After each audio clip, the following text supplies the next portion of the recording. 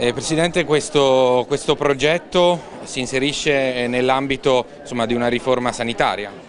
Diciamo che è la fotografia migliore. Noi abbiamo sempre detto che al centro della riforma della sanità c'è la persona e oggi questa fotografia è plasticamente visibile. Stiamo parlando di un grande progetto, un progetto importante per le donne in un momento di fragilità, cioè le donne che ahimè sono costrette a fare chemioterapia e che perdono i capelli. Con questo progetto stiamo cercando di aiutarle affinché questo non accada e quindi affrontiamo anche quello che è un disagio non solo fisico ma anche psicologico.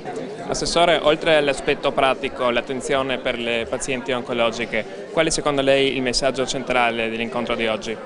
Che le cose si ottengono e si fanno le cose buone per le persone, per i pazienti, facendo grandi alleanze, no? Noi le chiamiamo reti, ma la parola alleanza dà più l'idea. E qui c'è la LILT che dà un aiuto straordinario a noi istituzioni sulla prevenzione, ma anche su queste iniziative. C'è un'azienda sanitaria che peraltro è l'azienda ospedaliera universitaria che si unirà con l'azienda sanitaria, che hanno conquistato il bollino rosa per attenzione nella cura delle donne femminile, e oggi la dimostrazione è stata proprio questa iniziativa, questa ricerca che va nella direzione che ne abbiamo sempre chiesto. Quando si ha davanti una paziente, un paziente oncologico, ma un paziente di qualsiasi tipo, non abbiamo davanti una malattia, abbiamo davanti una persona e l'attenzione alla persona è importante. Questa iniziativa di ricerca che consente alle donne che si devono sottoporre alla chemioterapia di poter non perdere i capelli va nella direzione di avere una grande attenzione alla persona, perché la persona è importante al di là della malattia e della cura.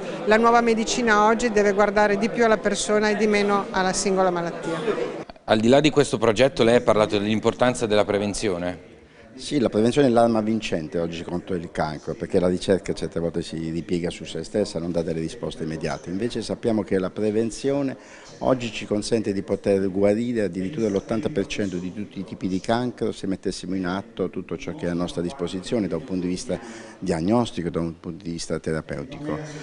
Noi come LILT badiamo essenzialmente a diffondere la cultura della prevenzione come metodo di vita. Parlo di prevenzione primaria, cioè legata ai corretti stili di vita, alla corretta alimentazione, la lotta al tabagismo, la regolare attività fisica, e la prevenzione secondaria, che è la diagnosi precoce dei tumori più frequenti, dei big killers, vale a dire il tumore del colon retto, il tumore della prostata, della mammella e il tumore del polmone. Al di là di tanto però dobbiamo cercare di essere sempre più vicini agli ammalati di cancro, perché questa è una malattia destabilizzante sotto l'aspetto fisico e sotto l'aspetto psicologico, è la malattia più antica e più crudele che abbia colpito l'essere umano.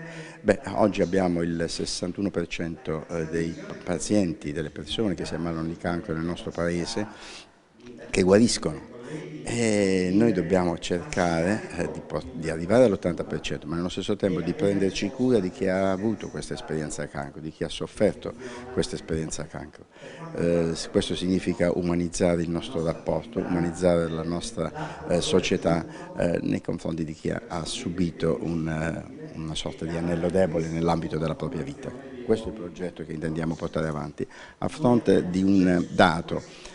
Sappiamo che nel 2015 ci sono stati 363.000 italiani che si sono ammalati di cancro. L'impegno è di far diventare questa malattia cronica come il diabete, l'ipertensione, l'artrosi, e quindi di poter vivere dignitosamente e bene.